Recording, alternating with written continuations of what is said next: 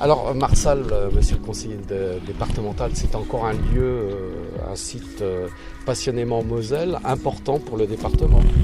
C'est important aussi bien que l'Indre, le temps de l'Indre, que le musée Georges de la Tour. Là vous avez toute l'histoire du pays du Saulnois, l'histoire de Marsal, l'histoire du sel, qui a rendu les ducs, les évêques riches, et c'était aussi l'économie du pays. Donc il fallait avoir un site dédié justement à cette cité du sel, et le site de Marsal justement, on est un vibrant exemple, là, comme ça on peut connaître l'histoire du sel, et je crois que c'est important que le département puisse s'impliquer totalement dans son fonctionnement et dans l'investissement réalisé, puisque il y a quelques temps auparavant se posait la question de savoir s'il fallait maintenir ou pas le site, s'il fallait le valoriser et puis le conforter justement dans sa réhabilitation, et le président a tenu sa promesse puisque le site est réhabilité, le site est en vie, le site fonctionne, et maintenant il s'agit de démontrer que ce site peut insuffler une dynamique dans de l'événementiel, et je crois que c'est le plus important, l'événementiel, pour valoriser encore une fois les sites passionnément Moselle, et j'espère que nous aurons l'occasion de voir encore d'autres événements sur les sites de l'Inde, le site du musée du sel, et bien sûr sur le musée Georges de la Tour que nous allons voir tout à l'heure. En tant que maire d'une petite commune du Saulnois, tous ces lieux-là sont vraiment indispensables pour la culture locale. Oui, Château-Salins, Moyenvic, Vic-sur-Seille, Dieuze sont concernés par le sel.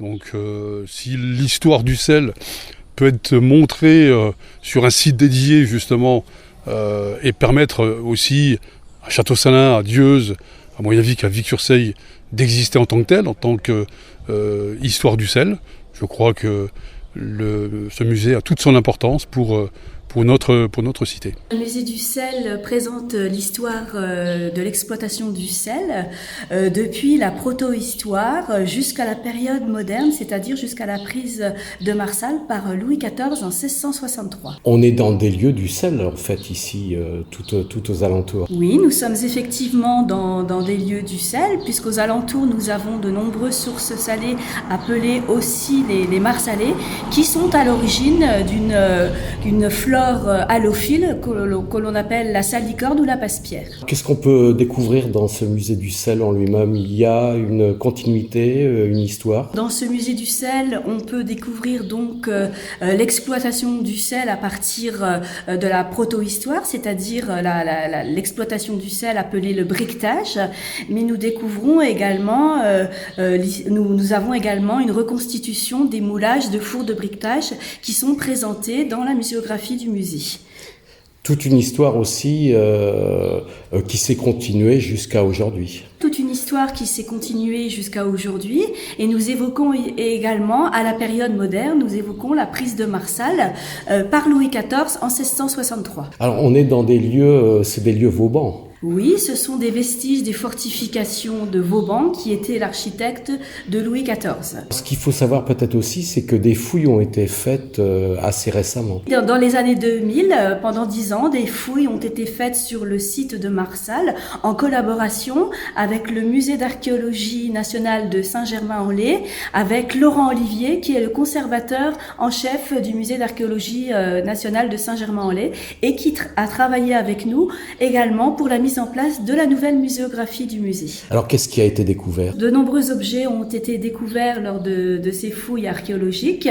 Des squelettes ont également été découverts lors de ces fouilles, et une restitution de ces fouilles ont pu avoir lieu grâce justement à la réalité virtuelle, où l'on retrace justement l'histoire de ces squelettes qui ont été découverts dans un silo à grains. Cette réalité virtuelle est présente au sein du musée. Cette réalité virtuelle est présente au sein du musée.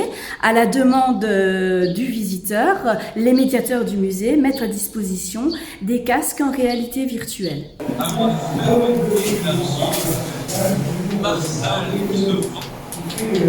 De tout temps, le sel a été un petit peu la TVA de nos jours. Je dirais même plus que la TVA, puisque ça pouvait représenter au XVIIe siècle jusqu'à 50% des revenus des ducs de Lorraine. Et donc effectivement, il y a eu un impôt qui est très connu, puisqu'il s'appelle les gabelles, qui ont été institués au XIVe siècle et qui ont perduré jusqu'à la Révolution française. Marsal était une ville riche finalement, si elle percevait ces ressources du sel. Alors elle était très riche et surtout elle excitait des convoitises, puisque à l'époque, qui maîtrisait le sel avait le pouvoir, dans la mesure où il y avait énormément d'argent issu de l'exploitation du sel.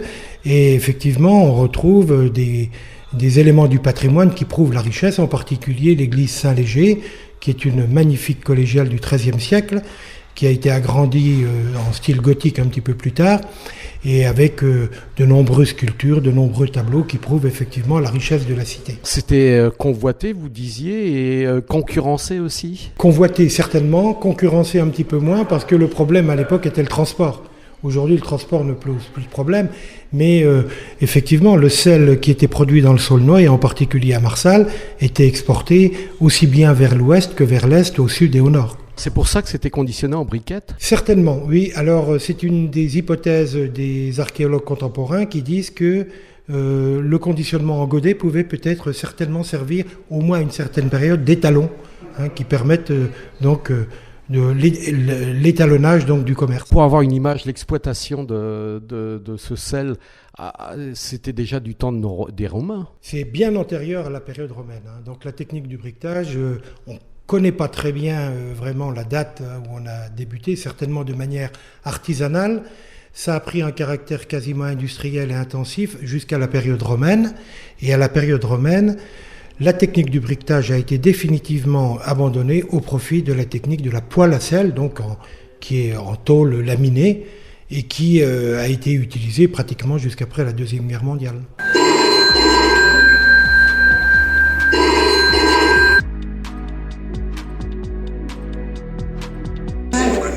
Si vous l'avez vue sur les vidéos.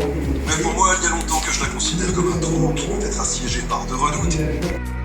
Après avoir été bien net de rompre le premier traité, cherchait encore le secret de rompre le second.